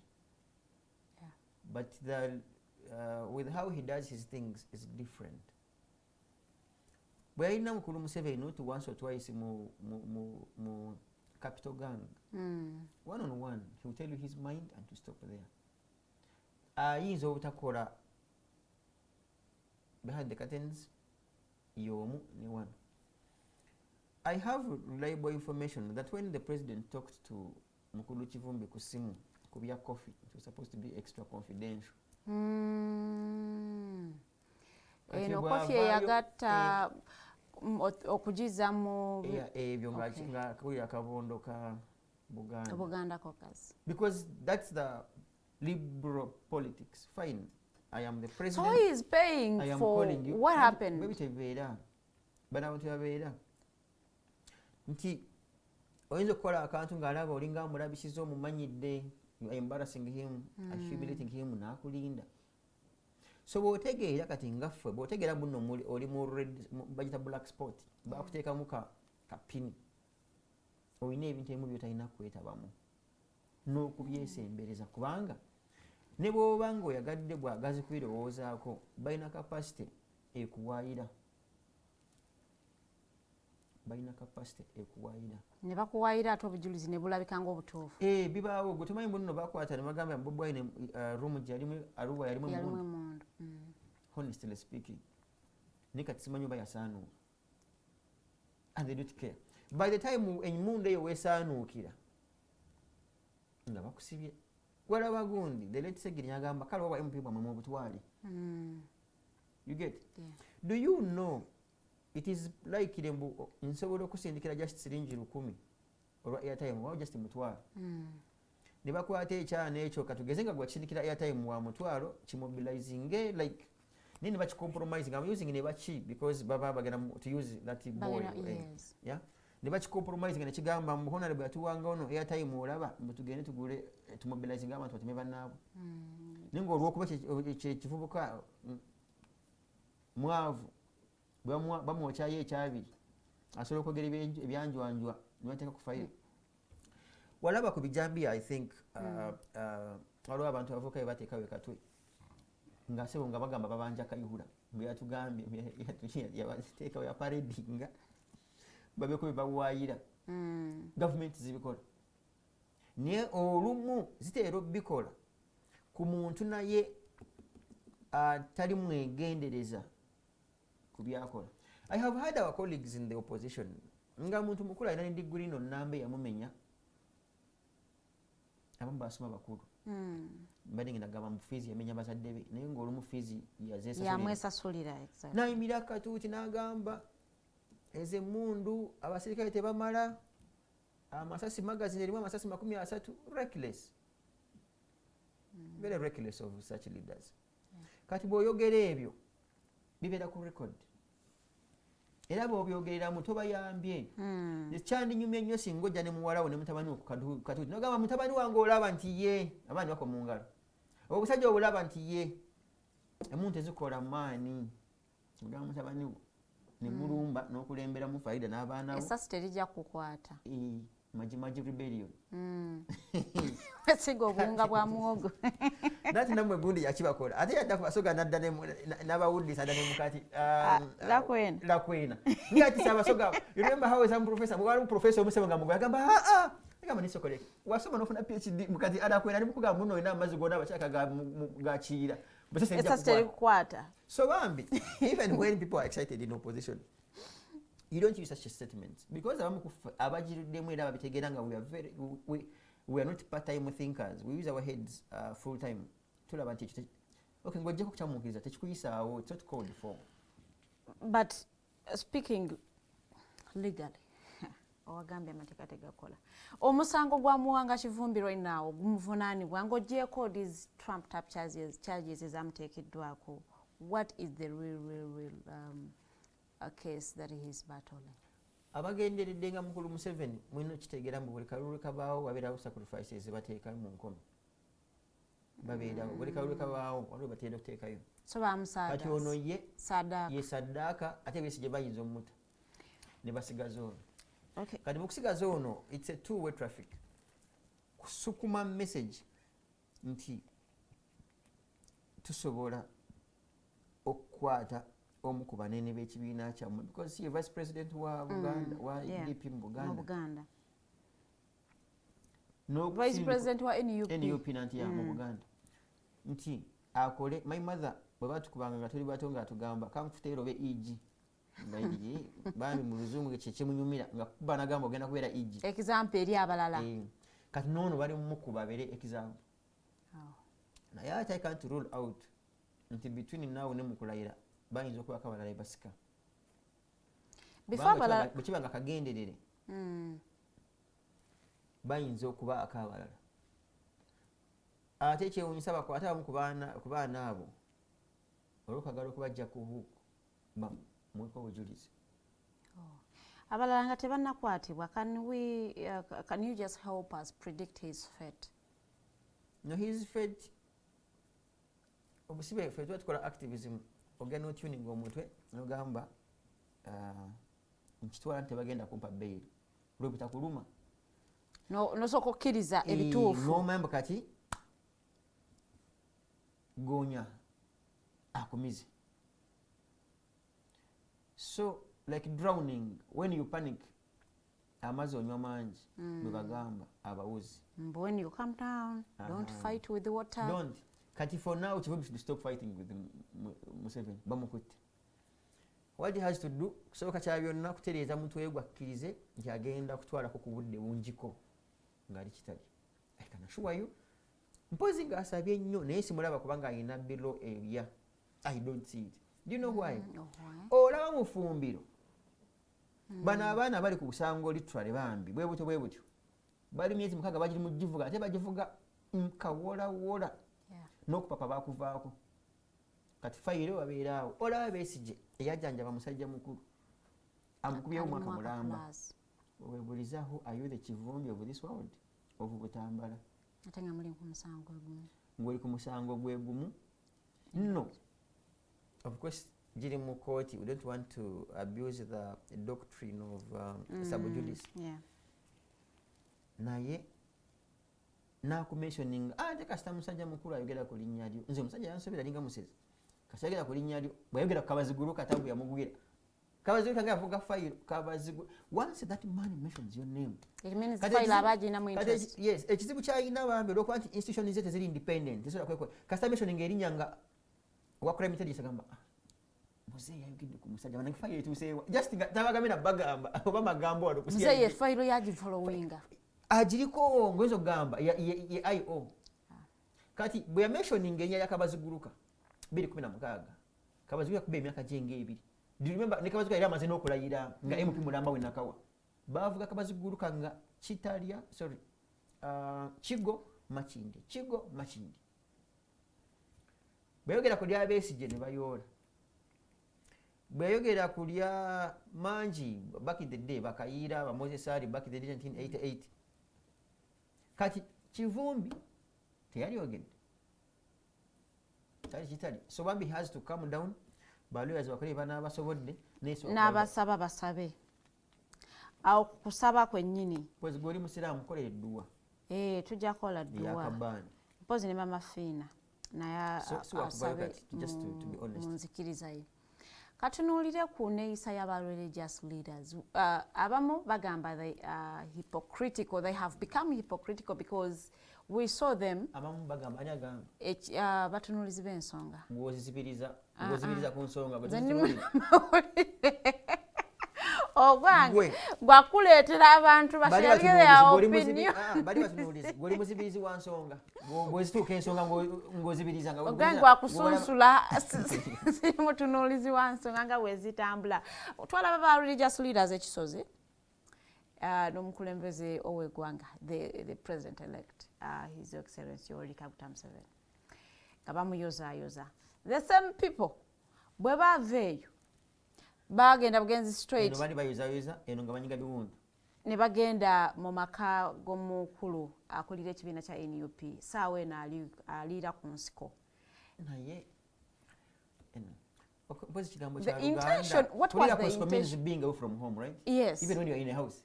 Era oba oliira ku nsiko. No, naye baganda namuli. Aliira mu nnyumba naye nga si yiye. Naye sagamba aliira ku nsiko. Aliira ku nsiko kubanga tali wuwe, tali waka.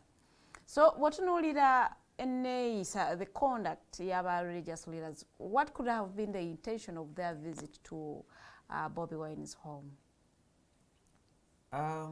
What is ideal mawanga gakulaakulanye ne mu bantu abawaayo okukola ekyabatumwa, you would assume balina goodwill okukola kikwateko ne bagenda Bobi Wine maybe bakebeere bamulabeko naye ekituluma nti bavaayo olw'okuba mbu bo balinga embwa nga talina mannyo etaluma. Fact bo n'okubogola tebabogola. That's why in their doctrine you'll find the Catholic, this is how they are Pope, this is how they are. they move like this. Mirembe nnyo batuba mirembe tasana kuba nnyo. luyi. How they move. Kati, even when they move like this, symbolic of peace, Yeah. they ought to okuwa a way forward as a country.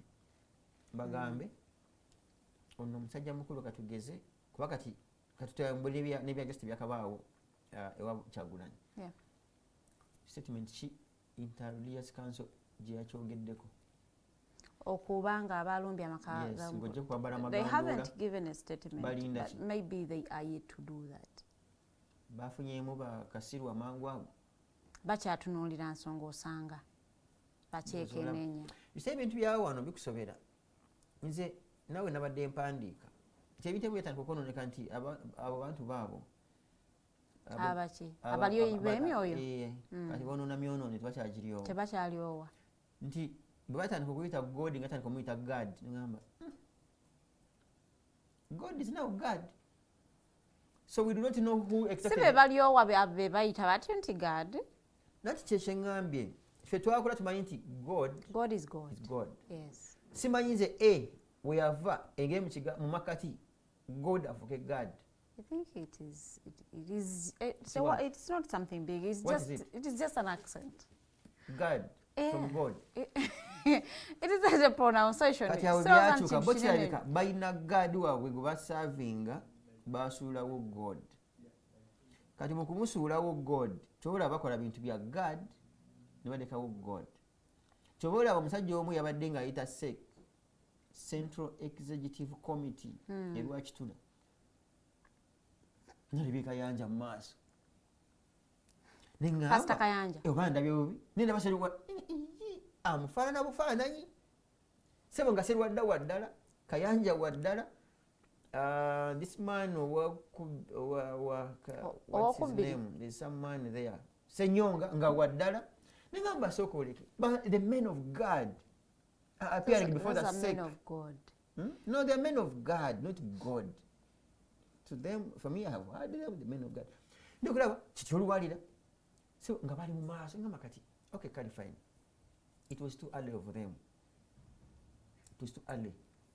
Because in their presumed impartiality, in our view as those who follow them, Yes. we expected them okubanga they are still literally playing. You see, you can be partial. Nengo chikweka. Playing the neutral role. Dekafune bishop omukala asabira omukolo. Muleme kugenda kirindi. Tosobola kukwata nenda bamaseeka bonga amagandula ebirevu bino ebiwanvu kwe ya mutakaba gwe mwecha abajjawo. Sanyo ate bwoti. Obutambi bwe buli. Zitakbiri nga zizitingana. Ndiko omusajja akalulu aba yakawangudde mu kivandula, aba yakawangudde atya, mufuneyo musabe ng'omu babiri, basabire omukolo gwe, ati tuli mabega. Because eri meeting yaba typical politicians, it's a Central Executive Committee for crying out loud. Then bw'ovaayo n'ogyewa emagere, people bajja kulabira mu kifaananyi kya a non-partisan religious leader. Nanti Naye bwe tukulaba wano, totudde amagandula gakweya gadde eno gadde eri mu NRM waliwo samuseeka awo gugwa yagamba balina emundu isebo yetadde mubamu kubaziina. Then you have lost osanga ayina. No, ngamba zino muba balina emundu electoral commission yaabwe. Remember how he was bragging in some conference.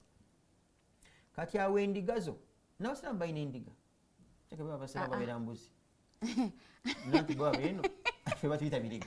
Fatubeera baddu ba Allah. You're slaves. Which is also bad. She can't just be that you're a slave. Baddu ba Because Allah. that alone compromises someone who's reasoning. Nze opisa ekiriga. Ate omusiraamu muyise muddu. Yeah. Kyeka kati mwe muli embuzi. So So bano balina biriga. So bambi endiga wano n'embuzi n'abaddu bajja kutwalamu bulala. What is ideal is because mulimu babiri ba reverends muno ne ba pastors ne ba mashek nga ibo bali ku kigambo balemera ku ekyo where there is injustice bajja jogerako. I think about it serious by the way. Where government needs to be, thanked for some good work, then still mention it. Kituyita neutrality. So tugambe nti okuva eri ne bagende ne wa Bobi baali bagezaako okutuukiriza ekyabwe ekya impasho. No.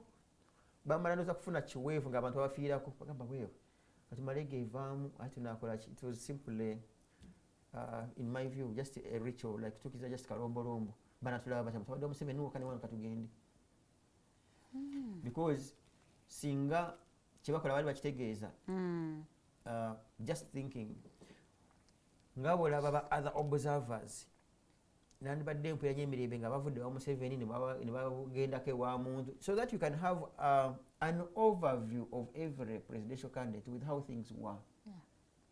You get n'okugenda obugenzi wa Museveni ne Bobi Wine ne bakomaawo, it is also not good. We had other candidates 8 candidates. You visited 2. What does that mean? Some candidates are more of candidates than others. No, nanti okulwanagana ennyo kwali in between these two people. No. Tekyandibadde ko kulwanagana, kyandibadde ko to assess muntu ebintu ebira byotya. Bulira ebintu ebira byotya. What's the other man? Okay, ahona munyagwa abira byotya Kasibanti. No comparing not no gamba. Ku bantu omunana bano muntu byayogedde byagala ofaana ne Bobi Wine byagala ofaana ne byagundi, so there is a problem here. That's when you get the balanced what discussion and engagement, and then you give recommendations, but not simply having your V8 nezikola convoy nezigende wa Museveni nezivayo nezigenda nemukubefaana ine mugenda, and then what? I wouldn't have you kubanga tuva ku pointing at commenting nze ku what is surrounding Bobi Wine's family and everything that is happening at his home. It is sad lwakuba sinawulira mukwano gwe Kituuma Rusoke ng'atugamba ebyabaddewo. Manyi gavumenti yakuno nange sinagendako kemagede. Someone can tell me your AI Kituuma ngambe someone gwe mwogedde erinnya webali. No, because tonnaterako no ogambye ani asole kyogere. No, nze njogera ku mwogezi wa police. Someone nanti bamwitaani ani mwogezi wa police. Zingambye someone can say mbu AI generated oba someone can say mbu emizimu egyalumbye wakyagula tebabadde basirikale baffe myoyo negimenyamenya kubanga waliwo amaka agatedde okulumbibwa emyoyo negimenya entebe negisuula ebitooke emyoyo ennyumba mbu bagizimba mu kubo lya musambwa. I have heard those things. Kati you may be there ne bakugamba mbu emyoyo gyalumbye magere naye naffe tugezaako kuginoonyerezaako. Yeah, it is possible. Naye mukulu Museveni ne banne tutera okuwabula wano baddemu akantu akatono ak'obuntu. Essaawa zino ng'okyagezaako okulwana n'okweka enjovu mu kikopo, as believed by many, munene enjovu wabbanzi be oli mugiteeka mu kikopo ogiggaliramu ekikopo bwe kyatika ogikweka ogisaanikira bwevayo mugamba oyita abaana mulete kino ekikopo kyetukuseemu mulete akataasa nakeekamenye tejjaamu ogamba abaana mulete kana kadeeya. Then you lie low and be humble. There is no one single reason. If indeed those people intruded into Chagulanyi's home, there is no one single reason at all. Ofunye enjovuyo, pamba na enjovuyo, naye ate it doesn't call for unity. Then wabeerawo, if it is also true, mutabani we bwebanga yeye nga byaddala yabiwandiika naye bambi olaba ng'ensi egudde eddalu. Mutabanyi wani ku bonna because both sons have written. God, yeah, so Bombi. we do not know which son exactly. CDF General. Yeah, ne General Muhoozi. Bwebanga buno omuntu nange ndi wano ninga program ya radio Simba mbiyisanga wano nange omusanga screenshots. I don't know. Bwebanga bituufu nga yabiwandiika then no ensi ebegudde eddalu.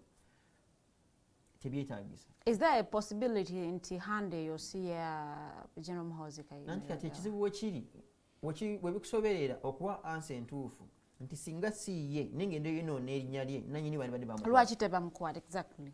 Kati tuteekera okulowooza nti kirabika nanyini hando eyo takwatibwa oba nabo bakyamunoonya batagambwako yabalema okufuna naye ndowooza kibanyiiza nabo kubanga bamuwaayire.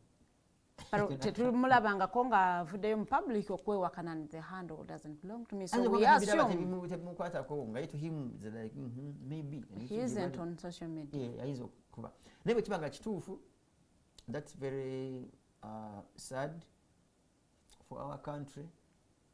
kubanga to be honest with you, things change. You see, someone said like just like that, things can change. Yeah. And when that happens, babikuleetera n'ogamba izina ly'ono bwe nti negamba bisome ngamba nga tokkiriza, because things have changed. We have seen them change. Yeah, we have seen governments change and people face consequences. When the somebodies turn to become nobodies. Exactly. Nga tumaliriza twagala otupaintingire ekifaananyi kya the likely cabinet as it may appear in May. No, we could begin with, in my view, with the parliament. Parliament agenda kubeeramu basically ababbi beeyongedde, abalya zilooni beeyongedde. Because abasinga bapya.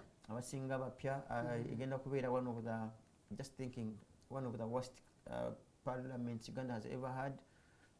Ng'erimu non-performers bangi, non-performers nga bangi nnyo, ne ba underperformers nga bangi. Despite of the, in quotes, wrongs that you may put on to Mpuga, you should have had Mpuga in that parliament. Despite the problems that Chivumbi got, you should have had the Chivumbis of this world in that parliament. You should have had the likes of Segura in that parliament. By the way, you should have had the likes of Abed. Abed, yeah, sure. Agriculture and related matters in that parliament. Musoga Waife should have had Cartoon too in that parliament. Abdul, yeah. You should have had Semuju in that parliament. You should have had Bagala in that parliament. But sadly, the replacement of Bagala isn't... sadly, not only minister here and there. Sadly, with the capital S, you have lost them. By the way, you should have had a Lulume in that parliament. So that makes our settlement, the word sad, not just sad with the capital S, capital S, capital A, capital D, capital L, capital Y. Sadly, you don't have them. Do you know the people you have? Muryanyama. Muryanyama. Do you know others you have? Mukono Gwatenji. Magola. Swengere. Sad to note. The other capital sadness I have, I am going to use my taxes to pay. Okubasasulira bonna emisaala, tubagulire emmotoka, tubagulire iPad, tubambaze n'amasuuti. No, wala sente zigenda okunnuma ennyo, kati sente zigenda okuba Muryanyama. Part of my taxes. He may be good, but not as a parliamentarian. But I'm going to pay him gladly and sadly. Anyhow, Mugokutano abagenda kuleta cabinet ya mwempya, and I want to predict today is Yabiri Musanvu. Most likely I don't see Nabanja, your friend, coming back as Prime Minister. I just don't see Alupo as Vice President. I do not see Byabasaija isn't going to appear as your commissioner of prisons. I do not see Abbas Byakagawa as IGP. I do not see, there are quite many that are going to be. By the way, I also have a feeling that paying too much attention to Natasha. Pay too much attention onto Natasha. She might scoop. She might get some position. Just thinking, the mother is dropped. Nothing also. Avudde mu education n'ateekawo omwana. Neweta education asobola kujjawo maama mu cabinet omwana n'abako featuring oba any other bigger position. Are there other people we should be expecting in cabinet that tubadde tetubatunuulidde nnyo? This man is a shocker, but what I see eno cabinet egenda okuddako eri yakweyubula. Ekisooka kya byonna, we've even run out of time. Exactly. Bali mu kupushinga NRA so far, all of these historicals. Baleta NRA. Kati ba Dombo, I don't see Dombo coming back. I don't see Todwong coming back. I don't see so many, even directors have. So, but historicals, bali mu kubasindikiriza, bateekawo new blood ngeri prepared for some way to bring about a transition. So we are literally transitioning from the NRA, Bushmen and historicals to some bit of a breed. Ya Musai Muto, either ng'ebintu tebitegeera ngeri excited oba okubaako kyevuga batwatela embundu baba bo kanyuze bagenda definitely bali mu kugendera ddala. They are very few. If we mention Fronasa, I think Fronasa has now 2 living members, typical original bana abakulukulu. That is Otafire and Ivan Koreta, General Ivan Koreta. So in short, mu byamagye baagala kwetaba the 2000 generals. Ba Muhoozi naawe ono kino Rugaba ne kurimu ye bana balala. I think the last lot bagenda ku retiring, I think it should be this July or something. Basigaze kati musayi mpyanga bajeno bano ba Alex Mawati Geeta Magezi, I think n'abalala bwe batyo ab'emyaka abayingira mu magye 2000 kwambo. Your last remarks. Abalo yeah guys, katonda tuwe emitwe independently mugikozese tosuubira mutina kulowooza gwe byolowooza kubanga omuntu katonda tyaguteeka kugombolola kosa gugwo gukweyimirire gukulowooza ebyekisiru ebyamagezi. At the end of it all of us are praying for peace, and I think we need to be peaceful as a country, but that does not mean we cannot fight those who want to cause trouble.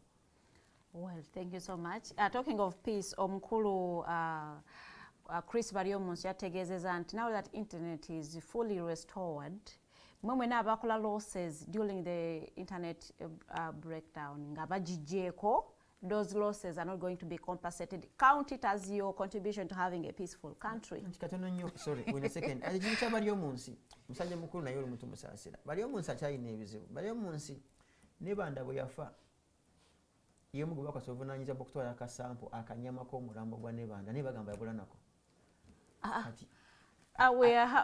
Njagala okubaagaliza olunaku olungi. You read. Have yourself a good day. Whatever the guest is saying, I am not related to any of those statements. He took the specimen ya Nebanda.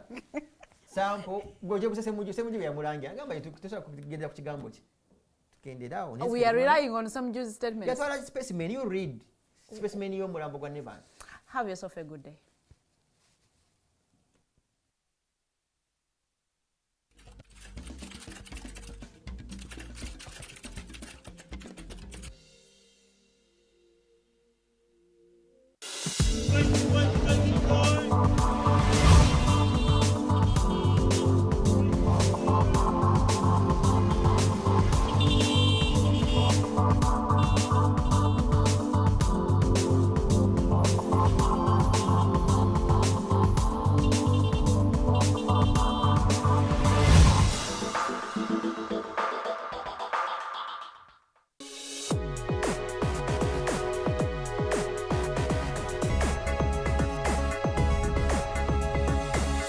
The Alternative Dig Talk. Real issues, real talk.